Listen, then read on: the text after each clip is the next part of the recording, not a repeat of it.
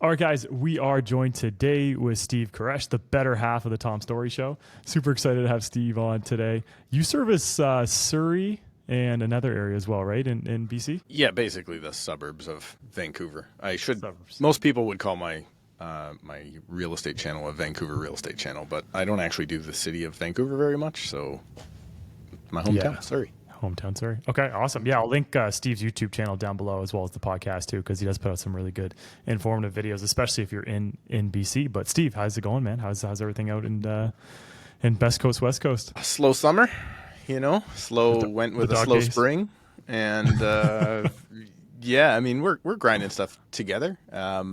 June was all right, July was all right, August is looking less all right, but I think that's just mostly summer, which is a very realtor thing to say. Very realtor thing to say.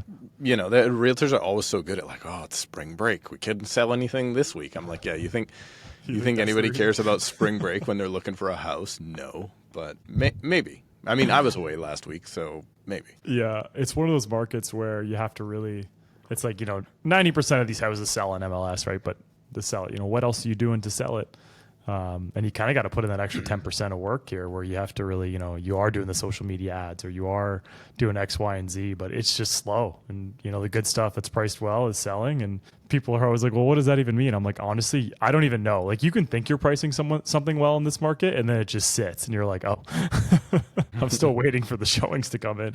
I don't know what it's like out in BC, but yeah, I think Ontario and BC, when I look at all the stats, it seems to be the only two provinces that have had a decline. But we did have the biggest run up. So the saying, the bigger they are, the harder they fall sort of thing. But I'm wondering if you guys are doing the same thing where, days on market is longer, hard to get showings. You're kind of looking at your staging costs and saying, ooh, I don't know if I can renew the staging, stuff like that. So I'd love to hear what's going on over there. We got a double-sided thing with staging, right? Because we have, generally speaking, much lower fees than Ontario. So most agents, almost all agents, don't offer like physical staging. It'll be like a consultation. So we don't have the expense, so we don't necessarily have to charge so much. We also don't have the level of competition. We've only got a third of the amount of realtors as you guys do. So, but let me tell you, looking at the profit and loss right now from putting listings on the market, it is like, do I want to take this one? I was in an appointment yesterday where I was just like, can I have my brochure back? Because I don't even want to give you that. This place is so gross. $2. Yeah, right. And you know what? That guy wasn't going to even, like, it was not a peak buyer, after peak buyer. And he actually could do okay, but the house is in disarray. That's one thing I'm noticing right now is the amount of houses that are in just crappy shape. The people aren't taking care of them. They don't have pride in ownership. The amount of houses for sale. By my house, there's 3 brand new houses built. One of them sold, took a year. The other 2 are unsold, and one of them has 3.5-foot weeds in the front yard. I'm like, you're going to try and sell a $2.6 million home with 3.5-foot weeds in the front yard? Like, what? What are you people thinking? And that's a brand new home, let alone, the kind of disarray that a lot of these homes are in. Like, if there are, in my market, in detached, there's 13, 14 months of supply, and in attached, there's between 7 and 10. That means at best case scenario, 1 out of 7 homes is selling this month. Oh. And you're not going to vacuum and put down the toilet seat for the showing. You're not going to be one, let alone all the other things that go on, right? Like you're not going to be the one that sells. And we lived through 3, 4, 5, 10 years of not only did you not have to put the toilet seat down, you could leave a turd in there and somebody's still going to bid on your property, right? Yeah, no conditions. I was in a house yesterday in Burlington, and they bought it 2022, peak of the market, needed a ton of work. They bought it for $125, and they've listed it completely renovated, top and bottom, landscaping, windows, everything you could imagine. They've listed it so many times that now it's at 117. So you're 80,000 under what you bought it for, and that's not including the renovations. So if that doesn't tell you where things are in kind of my market here, you just had the froth, right? You had so many people just, it's easy money. We'll just buy it. We'll flip it. And now we're just seeing the opposite happen for a lot of these people. And I used to always tell people, you should have a 5-year plan. Like you should stay there for 5 years. You got to at least have that minimum. I think now it's got to be 10 years. Like you have to have at least a 10-year plan, at least in Ontario, how bad it's been. So, I think you're a 10-year plan if you bought September 21 to September 2022. 22. Yeah. Right? Like that's your 10-year plan, because there was definitely a peak in the market, and our market's very much the same. Our detached and condos seem to kind of be switched from you guys, though, from what I can tell anyway. But yeah, like it's enough to put people off to go, maybe I shouldn't buy something. Maybe I'll just keep renting. I just think that is so misguided.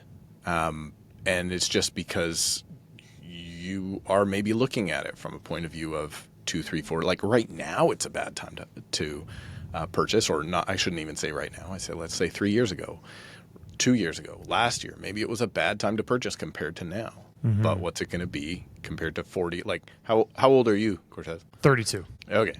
So you don't own real estate at 72. What does your life look like? Yeah.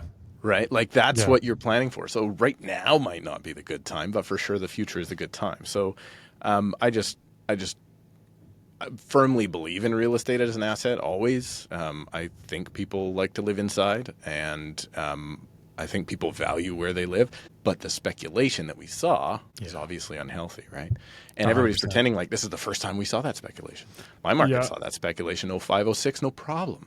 Like even sometimes too, worse. right? We didn't do the 2017 thing. So we had No, you didn't the have that? foreign buyer 2016 thing, where Vancouver detached prices peaked in 2016, and they did not return to that peak until last year. Wow. Detached Vancouver prices, not Surrey prices. Like it was a foreign buyer craziness, right? We had the same thing. I think they brought the tax in BC first, or maybe it was just Vancouver, and then they brought it in Toronto, and it was like somebody, like everything was going multiple offers, like it was all Chinese buyers everywhere. Like that's all it was. And then all of a sudden they brought the tax in, and it was like the market dropped 200,000 overnight. Like that was it. People were gone. It was, Isn't it funny? It was crazy. Isn't it kind of funny that it's like, oh, this foreign Chinese buyers, all this stuff. And some of those people were, new to Canada. They're PRs. They're not PRs. I mean, I did experience one sale where it was literally like a guy flying in. I'm going to be on this flight. I want to come see the house at this time, and I'm leaving later that night. I'm like, okay, that's foreign buyer. That's a legit foreign buyer. But then we just open up the immigration to include all of those people as Canadians now under the PRs or whatever. And now it's like, oh, it's okay now.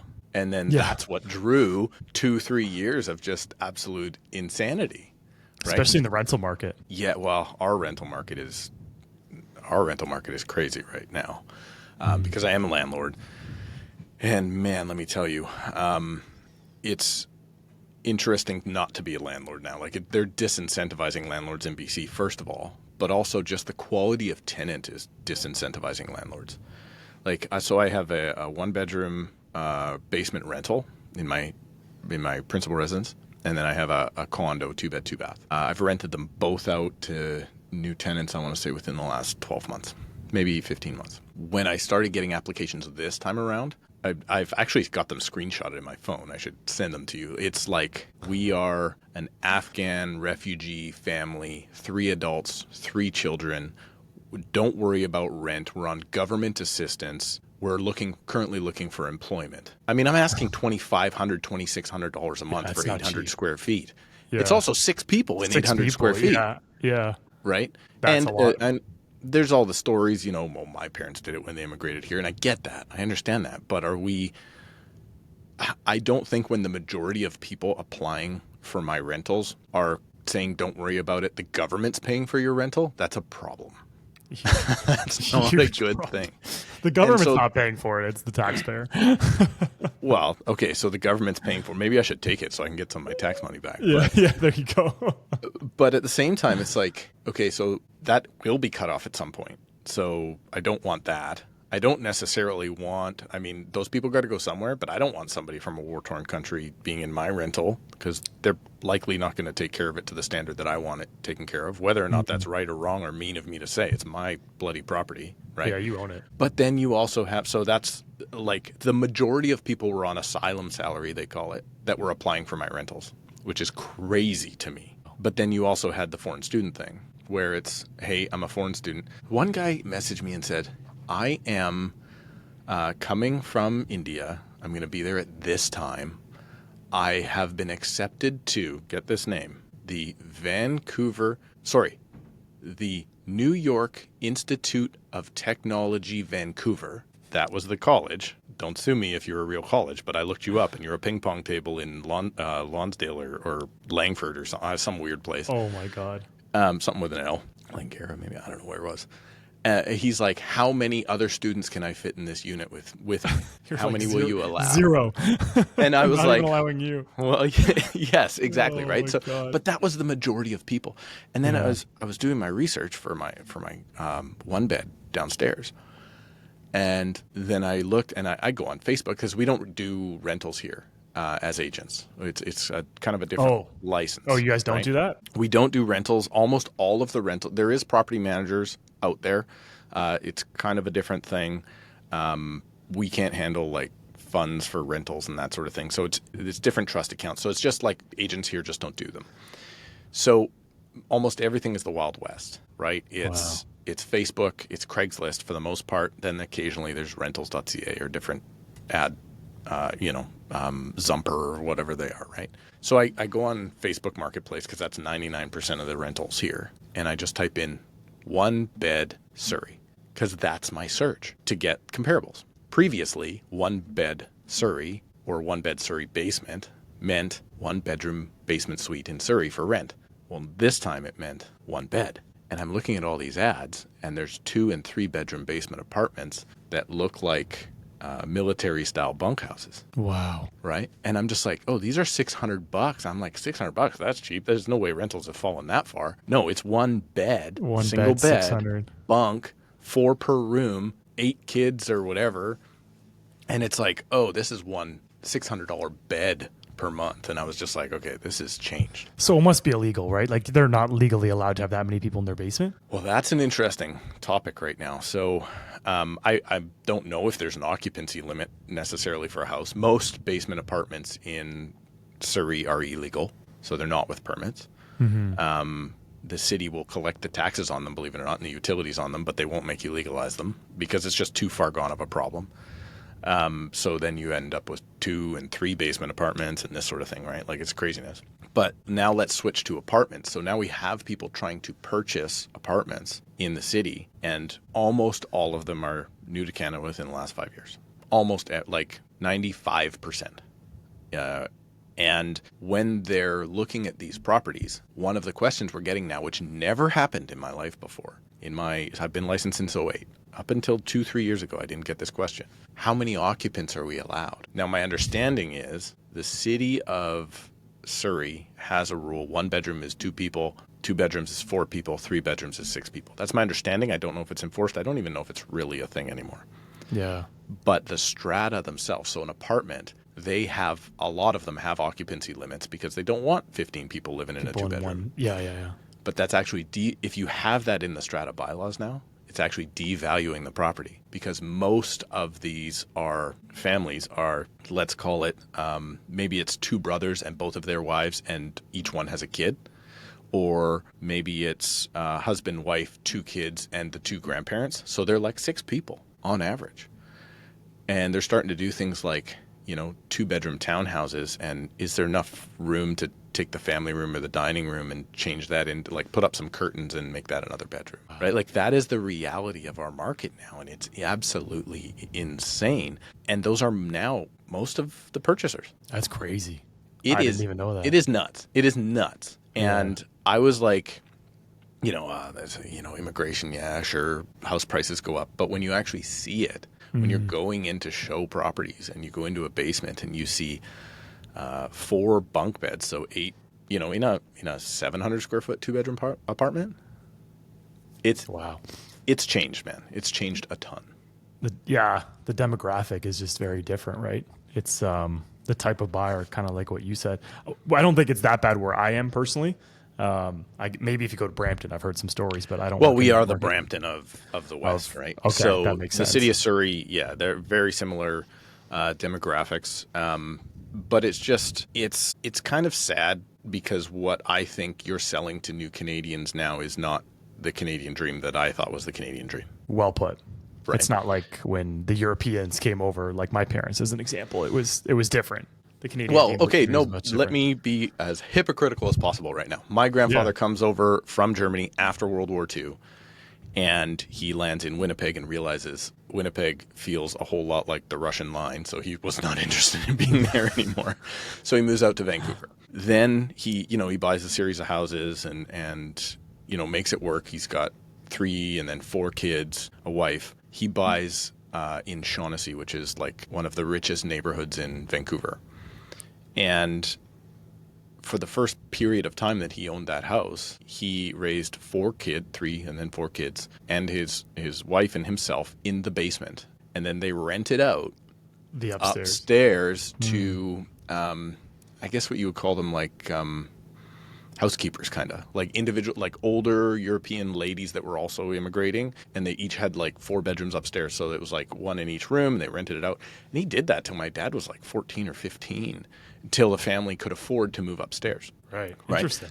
So but what I'm trying to get to with that is I get that that's the immigrant mentality, right? Like, we're going to go there, we're going to work hard, we're going to do all this stuff. Now, whether or not you think that's true, or they're coming for the free money now that's being handed out, there was no free money back then. Yeah, no, there wasn't. You had to learn English too. And I get that that kind of mentality, but I don't think that's the dream that we're giving right now, right? Like, I don't think we should almost, does it sound right to say, like, regress back to that's a cool, acceptable thing to do? Maybe it is. Maybe I think the cool part about it all is there's going to be a certain amount of these, like, Indian foreign students that have come here that have been taken advantage of by our poor immigration, and there's going to be a certain amount of them that stick, and they're going to make it, and they're going to buy houses, and they're going to, they're going to push through, and they're going to become the success story that I am now after a result of many generations, or a couple generations. So that's cool. But when it is so much now of the population, I find it to be just disheartening more than anything. Yeah. It doesn't make you feel good about walking down the street and seeing, just students walking down the street kind of aimlessly that weren't there before, and I don't feel like there's a lot of opportunity here for them at the moment. Yeah. I mean, the Trudeau era just totally, absolutely failed immigration so badly. It's just, you don't even know what to say. You're just like, I started finding these like recruitment ads as I dug deeper into it, of like recruiting kids from India, and just, them having to pay the family farm for, like you kind of said, like a strip mall college in Brampton, or maybe it's in Surrey. I don't know. It's just brutal. Like, the degree is just worthless. And they probably paid more than me. Was it Mulroney? What's his name? Mulroney's son that does Ben? like podcasts Is it Ben and all Mulroney? that stuff. He was. I don't know if I've actually saw the clip right, or if it was even an AI clip. I don't know what it was, but it was him, and he was like, Trudeau's plan was to try and win like the Nobel Peace Prize or something for bringing in all these people. Right? He had like this kind of thing where, like, this is what I'm going to do. I'm going to win. I'm going to be viewed as this savior. For and people from third world countries coming here, I'm going to be a savior. Here, I'm going to win a prize. I could see that. All he did was piss off the 39 million people that were already here. Yeah. I mean, even like, I started talking about immigration a lot on the podcast probably like a year and a half ago, maybe 2 years, and I was just bombarded with your racist comments. And then, all of a sudden you go to the hospital, and then you have to wait 12 hours. You're like, then you start trying to find a rental. And, once everyone loves this kind of, everyone gets handout mentality until you start a business, until, you want to buy a house, until it affects you. And then you're just like, oh, wait, like, I did everything right. And then these, kind of leftist mentality sort of policies, I'm trying to say it in the nicest way possible, are now hindering everything and all the hard work that I did to get to where I'm at. Yeah. And I think it's like, with those policies there, like, I don't feel like I grew up, maybe whatever, you can dispute it, but I don't feel like I grew up in a racist area. But what I'm seeing now is the racist undertones growing because people are disheartened, and now they have someone to blame, right? And I think that's the most disgusting portion of it all, right? Like, if you bring in a bunch of people that are easily identifiable as the other, and then things don't go well, now you're going to brew hate amongst the people that were here originally. And I think that's the saddest part, right? Yeah. And I think that's really what has destroyed a bunch of I mean, I never saw that before. And now people are much more freewheeling online to be like, I don't like this group of people, or I don't like that group of people. And I think that's kind of the saddest part of it all. Like, if you have a certain amount of immigration, you have a certain amount of influx, and then you have some assimilation as well. But if you have too much, you have no assimilation, and then you have confrontation. That's the word right there, is that there's no assimilation because there's too much of it. Like, I know some people who are even like, they're from that country, and then, like you said, the influx came in, and they're like, it's too much. Like, I left that way of living, and now it's here in front of me again. Oh yeah. I'm trying to tiptoe around this conversation, but there's no tiptoe. Like, it's okay it's okay to talk about it. Yeah, it has to be okay to talk about it, because nobody's saying I hate these people, right? No. What they're saying is the thing that was done didn't better the situation we're in. And I was always the type of guy that would kind of poo-poo it, because I didn't really, like, I'm from Surrey. I'm used to seeing all sorts of different folks, right? But now it is like so in your face. And then when I have people that are like, I am unemployed on government assistance from another country, and I want to rent your basement suite, to bring it back full circle, it's just like, holy crap, okay, this is actually happening. What's your homeless population like out there? Is it like tent cities, kind of like in Ontario? We're seeing a lot of that pop up? It was. It's better. I don't know what they've done with a lot of the folks. But I mean the homelessness, that's a drug addiction problem. That's not a financial problem, right? So that's a whole Oh, I agree. thing. Yeah. For a while it was like, the 2021, 22 madness. There was a restaurant that I went to called Pigeon. It's across from Pigeon Park. It's the worst restaurant I've ever been to. Recommended for honorable, almost Michelin star, but I didn't see it when I was there. So we go there with there's eight of us. The meal was, I think it's $1,300 or $1,400 after tax. Like, it was offensive. I think it was $350 a couple. It was offensive. And I had to step over a man sleeping in the doorway. Oh, God. Who had urinated himself. Literally had to step over someone to get into this Michelin star restaurant. So that's like, or almost Michelin star restaurant, which was not deserved in my opinion. Although I've never eaten at another Michelin star restaurant, so I wouldn't know. You can't compare them. But I mean, I would much rather go to the Cactus Club. But that describes where Vancouver was, right? Particularly on the downtown east side. Downtown, You've got lavishness and absolute poverty in the exact same spot, and no middle class. Is that East Hastings? Is that where? Yeah. Yeah. I've watched a YouTube video on it, and it was astonishing. I couldn't even believe it existed in Canada. And we've had full truck stops out here where they've set out in Abbotsford. It was like there was a like the nice side of the road, like there's a toilet and there's guys selling or giving coffee to the truck drivers or whatever, like a rest stop, right? One in Bradner in Highway 1 was just taken over, and people just started parking there and living there, and that was it. And then they eventually cleaned that out, because they've used the excuse of, I think they're actually widening the highway there just to use the excuse of kicking them out and putting all the construction workers there for like their lunch breaks and stuff. Yeah. That's funny. Oh, man. It got something done. Yeah. Speaking of getting things done, what do you think about, I guess, sort of prediction wise? We kind of just had the jobs report there. Pretty shit. Carney is in now. It seems like there's a lot of kind of promise of pipelines. It seems like Danielle Smith and Doug Ford are getting together talking about, we want pipelines. And then you got your buddy, David Eby, saying there's no way we want windmills and stuff like that.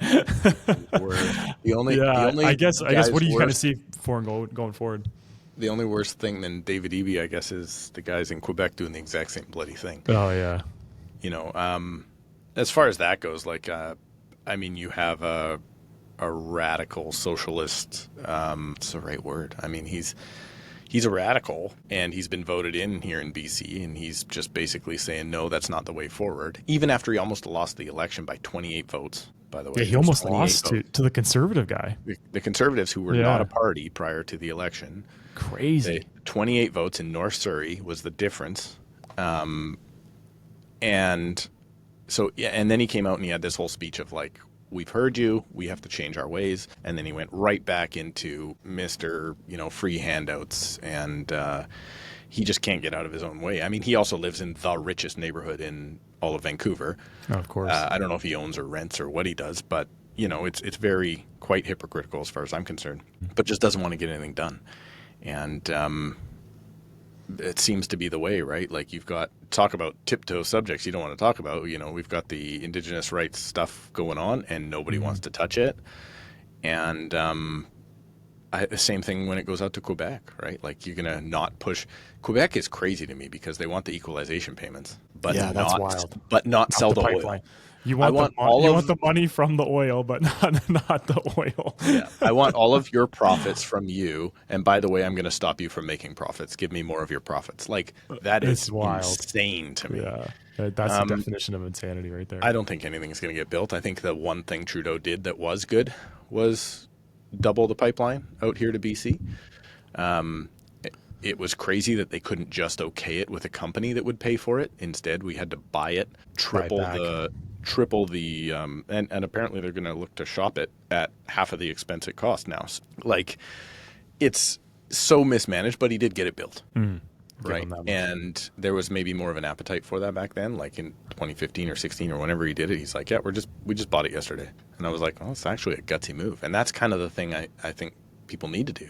Like if Carney's real, he needs to be like, cool, I appreciate David Eby. I appreciate all this Indigenous rights stuff. We're building this because it's that, or you know, you're beholden to Trump if we don't build this. So what do you want to do? That's a tough thing too, especially with Ontario. Like that pipeline comes down into Michigan and then it comes back up. So when Big Doug Ford's sitting there saying we're going to cut off energy, well then can't they just shut the pipeline off and then not refine the oil and not send it back up to us? And then Ontario's in trouble. Like it's just like either you are against Trump, so you have to have a pipeline because you want to be independent. Like you can't just be both. You can't be like this environmentalist and against Trump and just think that it's magically going to go away. Like, so go ahead. It's fairy tales, right? It's conservatives will usually live in reality, and the liberal side of things or the leftist side of things usually believes in what should be the right way, right? So we talk about what David Eby's talking about. He just went, I don't know if you know this news story, he just went to China to secure new ferries for the route between Vancouver and Vancouver Island, right? So instead of going to a high labor standards, let's call it, I guess, some sort of carbon tax country like the Netherlands, right? Or wherever they build ships, like Norway or wherever they're building ships, and going there and securing those ships where the laborers are paid correctly, and we're not going to do a carbon footprint. We're going to do all that crap. He immediately goes to the cheapest place possible with slave labor and no carbon tax to get them built. All coal fired, whatever, right? No environmental standards at all. So hypocritical. I watched that thing with Aaron Gunn. I don't know if you watched that. He was grilling the BC Ferries guy, just being, they were like, but do you know why they went there? Like, they said it was cost, but it's like, Of course it's cost. Of course it's cost. But don't you think you would have, because there was 2 Canadian companies that bid on it, right? On the ferry program. There was 2 that said it. And like, let's just say it was more expensive. But if we're all in Team Canada, why are we going to China to get these ferries built? Like, why don't we just spend more of our own tax money on creating Canadian jobs, like you said, in an ethical labor standard way, in an environmentally friendly way? It's just because you're already running that $10 billion deficit for the province. It's absolute hypocrisy. So I don't know. Yeah, I mean, you believe in it so much until you actually have to get shit done. And then you're like, we can't do that. Now, I'm not saying it's a good thing, bad thing. I don't know. I don't buy ferries. But what I'm saying is, if you're that set on your belief system and you're that big of a hypocrite, nobody can trust you except for the people that you're trying to hand out free stuff to. But why? Okay, so let's look at this. So this is going way more political than real estate, but let's look at, so BC election was won by 28 votes in North Surrey riding of Wally or Guildford or one of the two.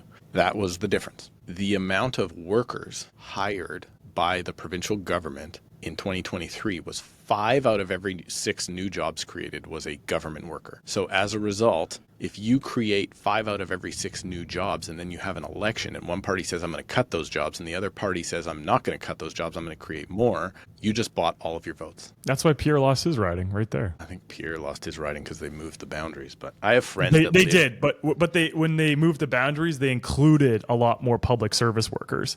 And he was open and honest and said, we need to cut government spending and cut government jobs because Trudeau ballooned it too much. But you're right. When you're paying these people who are probably working from home, good wage, they're going to vote for the people that are going to keep paying them. Yeah, and I have friends that did that. I have a friend that works for Fraser Health, and she was like, I know, like, I believe in conservative values, but they're saying they're going to cut my job, and these guys aren't. So my job goes to the guy that says I get a job. And that's literally buying votes. The other thing they did was the whole, they took big money out of our elections here. So now the government pays for the advertising, or the advertising for the campaign. So for instance, for every vote cast, you get $2 from the government in the last election. Well, the Conservative Party was not a party in the last election. So the NDP gets $8 million, and the Conservatives ended up with something like $250,000. And they almost won.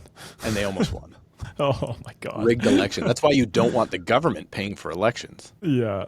That Or makes you could just try not to have an advertising budget and get out there and meet people like you're supposed to, right? Yeah. You're supposed to campaign and get out there and everything. So like that. I don't have any faith, to get back to your original question, I don't have any faith that anything's going to get done, because I just don't think there's the appetite to get anything done because, I mean, look at more hypocrisy on the federal level, right? When Carney comes and goes, well, you know, Trump's hitting us with these steel tariffs, 50%. Well, why is Trump hitting us with these steel tariffs? Well, because he hates Canada. No, he's doing it because we are flooding his market with cheap steel, and therefore his own steel, you know, natural steel industry can't survive. Then Carney goes, well, we're not going to put tariffs on incoming steel from, for instance, Taiwan, where most of our steel comes from, but we are going to do measures of 50% against them. So because you don't call them tariffs, you call them measures, they are now okay. And why are we doing it?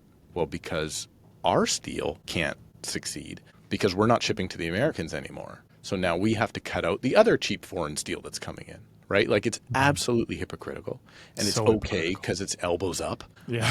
But right. But when Trump's doing the same thing, like, I think a lot of the things that Trump is doing in the States for Americans are great things. And what Canadians have to remember is he's an American working for Americans. Mm-hmm. He's not an American working for Canadians. Well, we're best friends. Cool. I know. That's what they always say. We're best friends. We're best friends. Yeah. Until my neighbor beside my house starts screwing me. I want to be nice to my neighbor. Mm-hmm. But, and whether or not you think he's screwing you or not, but if your house isn't going well, you got to take care of your house before you take care of your neighbor's house. Yeah, that's the thing. They have a massive deficit that they need to conquer as well. So, but it's funny. Yeah, and then that idiot goes and spends. So I don't know. Yeah. That big beautiful bill. The big beautiful bill comes out. But yeah, like, I've been pretty critical of Carney so far. Just saying, like, you know, it seems like it's just all talk because, you know, housing starts are down. We don't, and you know, Bill C-69 hasn't gotten taken care of. The tanker ban is like, how are we going to build anything if we have all these Trudeau era issues in place? And, you know, people just challenge you. They're like, well, you know, what's it going to do? The pipeline's going to come out of thin air. And I'm like, no, but there's, like, you know, look at the border in the States, right? It was a mess. And then pretty quickly, Trump got that done, right? You just get the ball rolling, get steps going. Maybe you're going to make some mistakes, but it's okay. We'll course correct and we'll change things. I just don't know what's been done where I'm like, oh wow, that was really great. Like, that was a great policy, or this is getting done. It just seems like. Go ahead. Let me. Sorry, I'm big at interrupting when I have an idea. That's okay. No. Go ahead. But look at, for instance, so you got Danielle Smith, Scott Moe, and then Ford, whatever, saying we're going to have free trade between us. And then what happens? Danielle Smith, and maybe she did this for other reasons, but they just, like, put a 17% tariff on BC wine into Alberta. Increase, not just, like, massive increase, right? Like something like $15 a bottle. And there all this talk about, oh, well, we need, you know, your oil to your coast. Maybe that's why she did it, because we can't get the oil to the coast or whatever. I was going to say, is it like an incentive? Hey, if you give us the pipeline, then we'll take the tariff off. It is, maybe, but this is the type of thing where people are like, well, why don't we have trade? Well, it's like, yeah, why don't we? Like, BC wine should be a worldwide, and it is world known, but it's not known across anywhere in Canada except for BC, because you ship the product there and a $29 bottle costs $45 and nobody wants it. Crazy. Right. So it is stupid that all these politicians, and I think Danielle Smith, when like that, she's my line of thinking, cut and dry, this is the smart thing to do.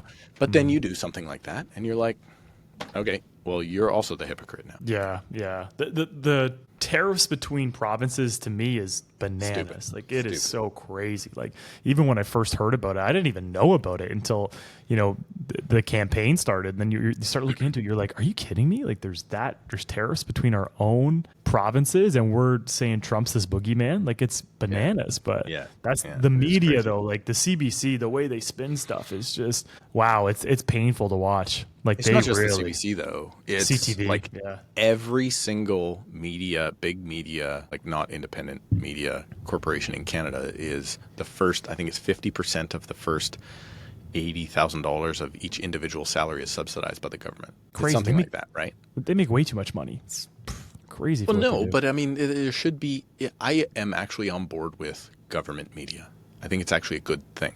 I don't think it should be in entertainment necessarily. I think it should be in heritage, and I think it should be in news. And I think the rule should be if your news is, or any news reported by the government should not be allowed adjectives. You should not be able to do describing words, right? It should be, this isn't Trump does this terrible thing. No, it's Trump did this, right?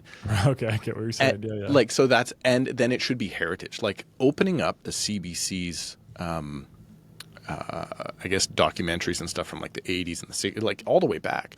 That should all be like the Canadiana that we live. We shouldn't be focused on these stupid shows on CBC Gem of who knows what for entertainment. Like that's just such a waste of taxpayer money. But it's also Bell Media Group. It's also, CTV Global. It's everybody. It's everybody. Right? Yeah. It's absolutely everybody. And there's just, I don't think there's any... there's no getting away from it because there's never been a news story on corrupt media. Yeah. Not once actually, ever. yeah, like there's do you know that guy CBC About That? Do you ever watch that with the Asian guy? He does really good work. Yeah, like that kind of stuff I find really interesting cuz he's not as biased as when you watch like Rosemary Barton or David Cochrane cuz they just want to make you like jump off a bridge. David Cochrane makes me want to jump off a bridge. Yeah, literally. Like it's just so painful. But I like that kind of media, and I could get behind the facts of stuff when he gives both sides of like, he talks about the tariffs. And everyone says, oh, well, the tariffs are just going to be paid by the American people and inflation's going to go up. And it doesn't exactly work like that. It's more complicated than that. And, he dove into it and just as an example. But that's the kind of media where people could actually form their own opinion. The issue is that when people are like so obsessed with this elbows up is that they haven't had an independent thought. They just literally are listening to what these people who are getting paid by the government to regurgitate, so then they go and they win votes. That's basically all it is. That's how the last election was won. Totally. And that's how we even have a platform, is because it's so unappealing for some people to watch the CBC and stuff like that, where they're like, oh, I'd rather get my news from someone who's deep into it, who's not getting paid. Which is just as bad. Like you gotta, to go down the right wing crazy rabbit hole on YouTube is just as bad, right? Or X. Don't go on X, first of all, that's terrible. But just to watch every old grumpy white guy bitch about everything and this is why it's terrible and all they do is spend time on, why, like it all can't be bad all of the time. Yeah.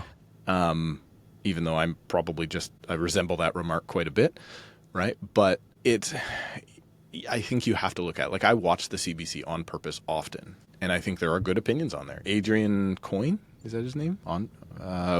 Anyways, on the Power and Politics panel, fabulous guy. His offline interviews are way better than his online. Like his YouTube interviews are way better than his CBC interviews. Right? So it's just, I don't know. I think you gotta also not fall down the trucker convoy side of things either, because it's just two sides to the same coin. In real estate, what are you seeing over in your market in terms of where do you see prices going? I read the RBC outlook. Looks like they're saying things are going to be negative in BC and Ontario, which is kind of what I see happening. More listings are coming on the market. Bigger losses, or not losses, but the idea. There's a street and someone sells at a new low that we haven't seen in a long time, and it kind of becomes the new standard for the buyer to look at. Pricing is hard. Pricing is challenging. Yeah.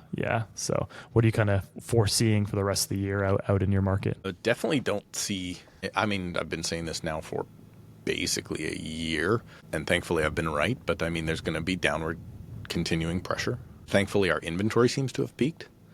Like I track our board inventory, and it didn't reach 10,000 active listings. A good market for us, like a healthy market where buyers and sellers are, you can get sold, but you can think about something overnight. 6,500 listings for us. We were at 1,300 at one point in the pandemic. So we're at 10,000 now. There has been many more than that in the past as well, but I don't see it still going up. So some sales have come back. Some people have taken their stuff off the market. But then you have to look at pricing. So I did an evaluation going on tonight. I think these guys probably paid like $900K or something for their townhouse. And in the last 60 days, there has not been a comparable sale. Mm-hmm. Now, 6 months ago, I want to say the sales were 970, 980. Where are they now? Well, I don't have any sales. So then you go to the stats, and then the stats show me that, the market's down $50,000. So let's say we're at 929. So you know what? You're going to pay enough to pay realtor fees. You're going to be able to make your move. You move from your townhouse to your detached house. Everybody's fine. But then I look at the active listings, and they're all $899 or less and not sold. Not sold, yeah. So the stats tell my seller that I should be 929. But the numbers I know are saying I probably need to be 879 or less. Yeah. So you're kind of waiting for that place to sell before totally. The new comps or the new comparables are there. Yeah. So you got to be beautiful, right? You got to be the 10 out of 10. You got to not only be the 10 out of 10, you got to be priced like a 10 out of 10, right? And meaning the wow factor also has to be the price. You can't be price. People are like, oh, price it like a 10 out of 10, like I'm going to get more than you. No. That's the other way for the buyer, right? Yeah. You have to do everything. You probably, one of our marketing packages has a higher commission rate to the buyer's agent. Extremely smart thing to do right now. If the buyer's agent isn't going to have a conversation with their client about compensation, that's between them and their buyer, right? But bonus commissions work. If you have a lot of competition, I highly recommend that. But you got to be the best thing. And then like you're saying at the beginning of the conversation, that still may not be enough. Yeah. So then you got to sit now I love real estate because you can always work both sides. That's what we're so good at.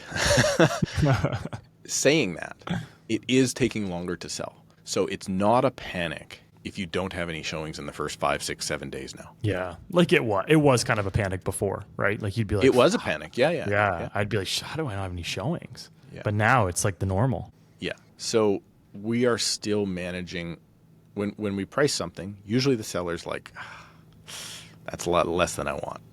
And then there's not a lot of showings. There's some showings, but there's not a lot of showings. And it used to be like, listen, if we don't have 5 showings in the first week or a serious offer in 14 to 21 days, we have to reduce the price. Well, right now, we've gone 28 to 35 days, and then the right buyer walks in the door. They offer a reasonable amount within a reasonable range. We get the deal together. Everybody's happy. And I think that's actually a healthier market. Yeah, couldn't agree with you more. Right? That's actually a good thing. Prices coming down aren't necessarily good for the seller that wants to walk away with more money. They're great for the overall marketplace. They're especially great for realtors. Especially with, like you said, they have time to sleep on it. They don't have to go firm. They can actually do an inspection. That's the worst.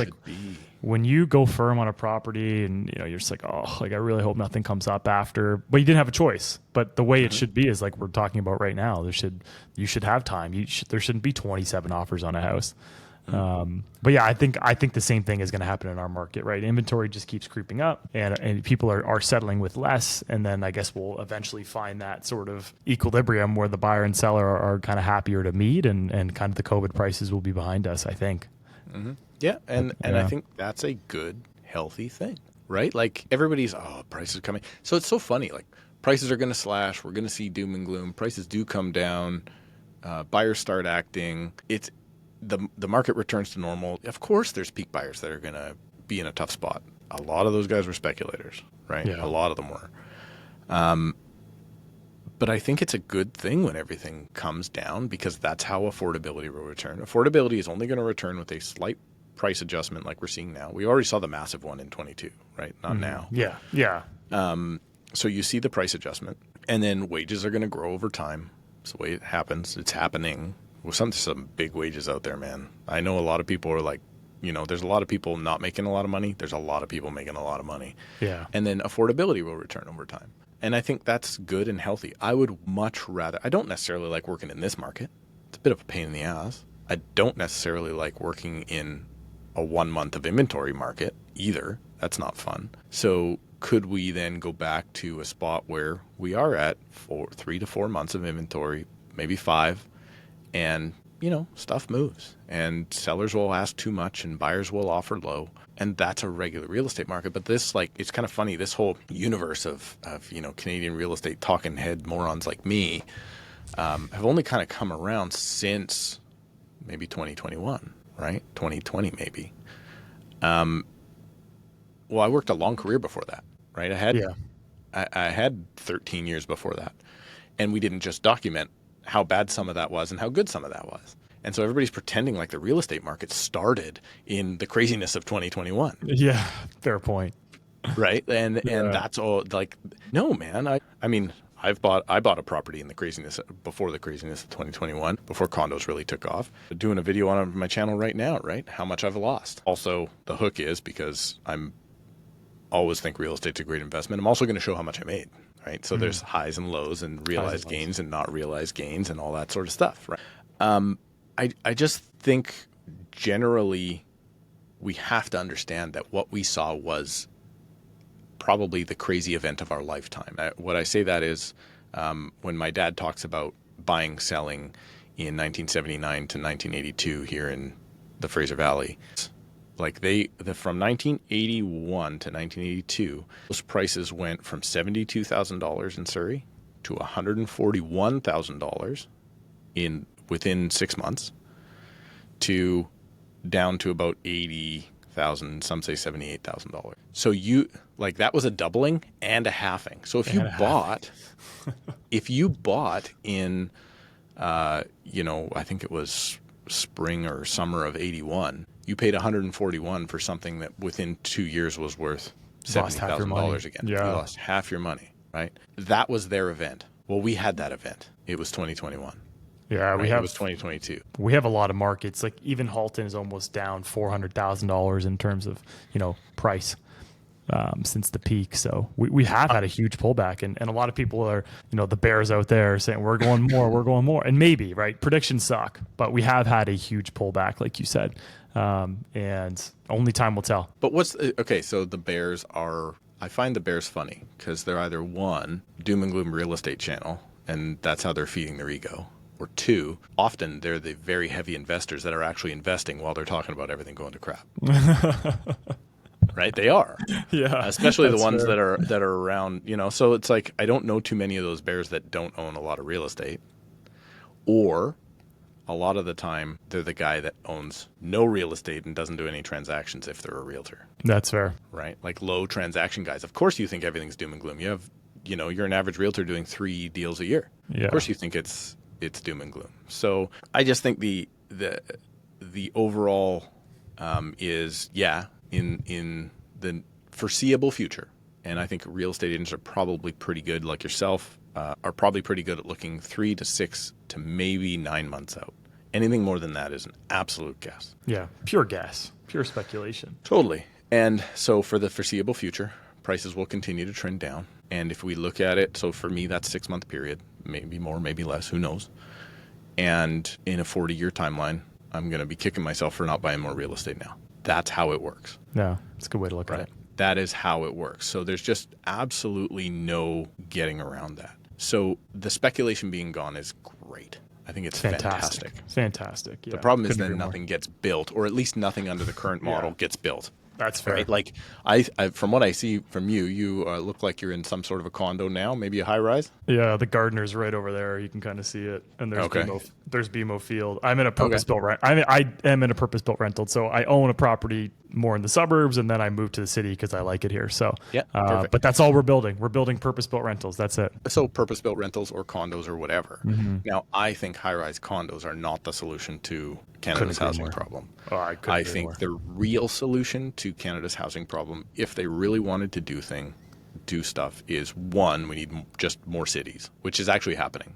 So people are getting pushed out into other cities. There's no new cities being built, but people are being pushed out into other ones, which is actually a good thing. Yeah. And then realistically, I think the correct way that we could actually address housing is to build low rise. So I'm talking 3 to 6 story, usually 4 story is what we have. And then have an assortment of 1-bedroom condos, 250 square feet, not 300 square feet. 1-bedroom condos that start at 600 square feet to 700 square feet. 2 beds that go from 8 to 1,000.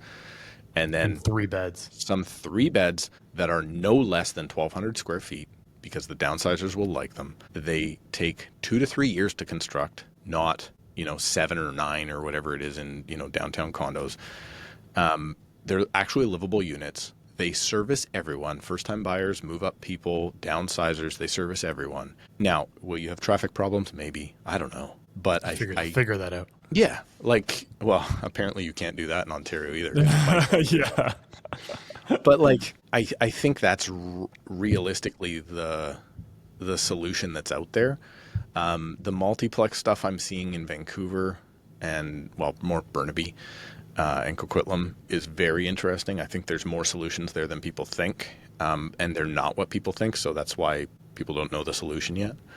But I think that is likely the outcome. And then obviously immigration. Now, I think immigration is going to also turn on a dime. If things get too bad, they're going to turn immigration right back on again. Yeah, right? That's a good move. Yeah, totally. So now I do think we need to catch up, and there's a bunch of stuff there that's also causing a lot of this. But for instance, people say, okay, well, rents are dropping. Why is rents dropping a bad thing? That's great fantastic. For the renters. Yeah, it's great for the renters. Yeah, right. Yeah. It's bad for the speculator that bought in 22 that was promised $5 a square foot. Now he's going to get $350. That's terrible for him. He took the risk. He or she.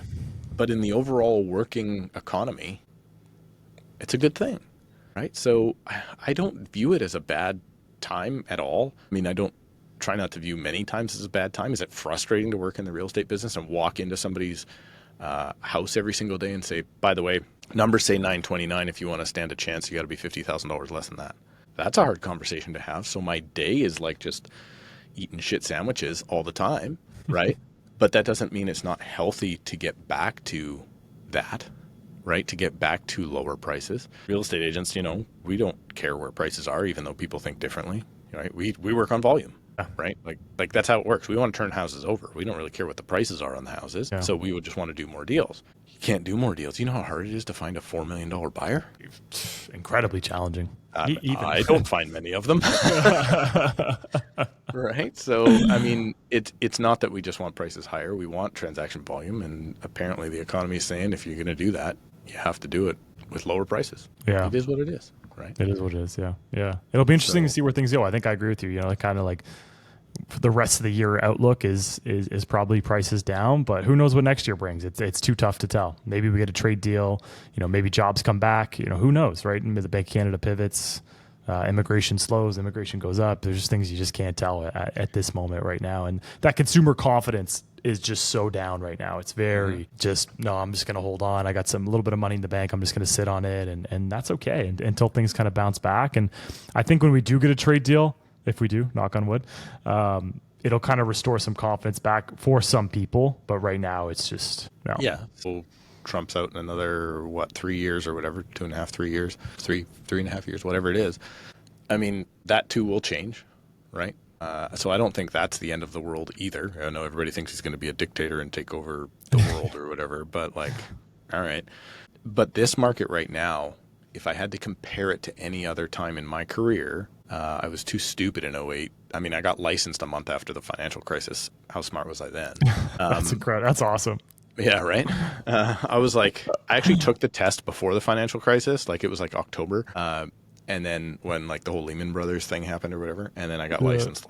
I must have been applying for my license while the guys were walking out of the Lehman Brothers with their You're the only guy applying to be a realtor.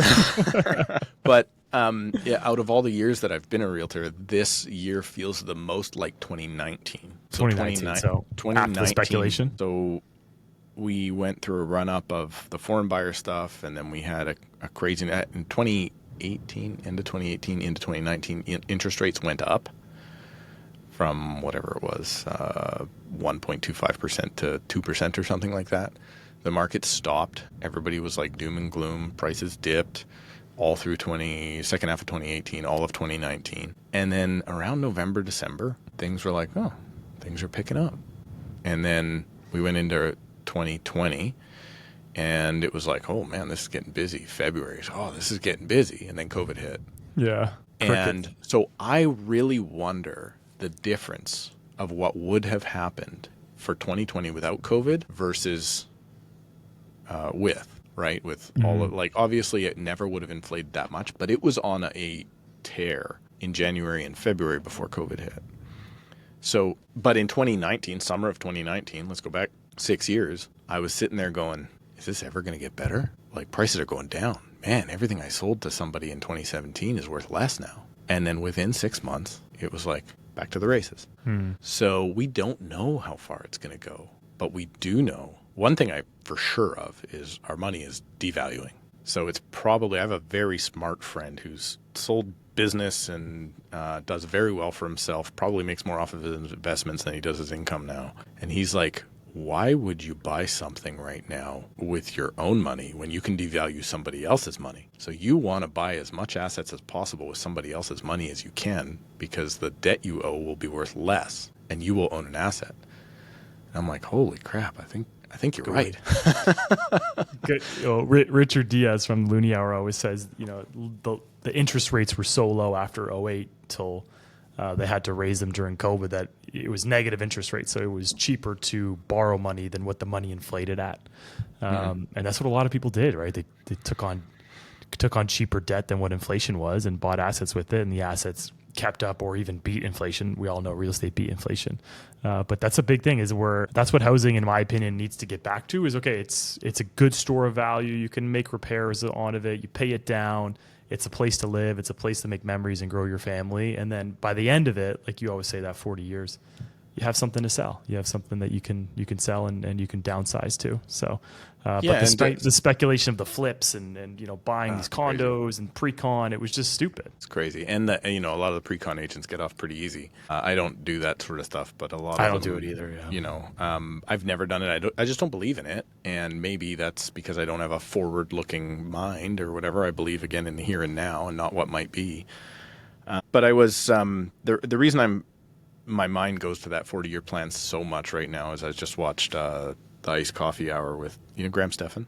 Yeah. So Graham Stephan, probably the biggest influence on my personal, like my YouTube channel of my career. Like I just loved everything he did. And now he does the Iced Coffee Hour and he interviews, he's done it a few times now, but Dave Ramsey. Yeah, Ramsey, yeah. Right. And I just love, like, Dave Ramsey. I don't know if I'm allowed to say spirit animal anymore because I think it's offensive, but Dave Ramsey's my spirit animal, right? Like I want to be that guy. And his whole thing is, like, listen, you right now might not want to make a buying decision, and it might be a bad time now, but 80-year-old you is going to be mad if you don't do something now. And the reason he says that is your biggest line item for living every single day is your housing. So if you can't get that to zero, or close to zero, I guess, property tax or whatever, but if you can't get that down substantially by the time you retire, your retirement's going to be terrible. Your older age is going to be terrible. Maybe you don't get to retire if you want to or don't want to. Like, maybe you don't want to retire. But at 35, if you think it's tough paying the bills, it's going to be a lot tougher at 79. When you're tired, you're not feeling good, you got health problems. Yeah, I know. Renting still. Good way to look at it. Right. So you just, your job is to get your principal residence paid down before you retire. And if you can do that, the rest of your life is fine. And you've probably set up not only yourself for the rest of your life, another hopefully 30 years, but you've also probably left something behind for your kids, right? Yeah, we should all have more kids, but that's another thing. Yeah, we'll talk about that next time. Steve, man, I really appreciate it. This was great. I could keep going. I just looked up and it said an hour and 3 minutes, so I want to be mindful of your time. Right, but this was great. I have nothing to do except evaluations that piss people off. Just one last note. I was talking to Tom about that, and he goes, I haven't lost so many listings in my life for being truthful. And I was like, me too, man. Like, I'm honest with my price. And then they go, what are you experiencing with that right now, though? Like, so when you walk in, so people are just like, well, this other guy told me a higher number, so I'm going with them? So I've had it, basically that. But I had one lady who, gave the comps. Like, she was like, love, like, put the lockbox in the door. And, millennial, I didn't have the paperwork in hand. I usually would send it over. But anyways, I don't really believe in that. If you don't want to work with me, I don't give a shit. But anyway, I gave her the price and showed her the comps, and she goes, I'm hiring 3 other agents. I mean, I'm not hiring, I'm interviewing 3 other agents, and one of them told her a different number. And I don't even know if she ended up listing the place. I don't even know, but all the best to her. But it's just, I can't pull rabbits out of hats. And if you're not serious, like, I'd be willing to try 25, 50,000 higher than what you're looking at, as long as we can have a serious conversation in 3 weeks to a month. But other than that, what is the saying? Men lie, women lie, but numbers don't. At the end of the day, like, looking at the comps will tell you where you're supposed to be. But that's what I'm experiencing personally is if someone's willing to tell them more than I am. Yeah. And, even sometimes, when you take it, it's like, all the numbers are pointing in a certain direction, and they're just like, yeah, but I need this. Is the funniest one, because nobody cared. Buyers never come to me ever and say, what does the seller need in order to move on? I need this much, or the funniest things, right? Like I was talking to a guy the other day, and my patio is the biggest one in the complex, right? my sun deck. And I'm like, this sun deck is 8 by 8. So are you telling me the other ones are 7 by 7? And this is the selling feature you're trying to get me to? And like, I don't know. So it's just a protectionist thing, right? Like, I think it's just, as a seller, you just have to. I mean, I'm experiencing it right now. I'm looking at values around my house deteriorate, and I can't say I'm happy about it, but I got to be realistic about it for whenever the time is that I move. Yeah, 100%. Just like you said, long-term outlook. Yeah, man, it's going to be a great time to upsize pretty quick. Yeah.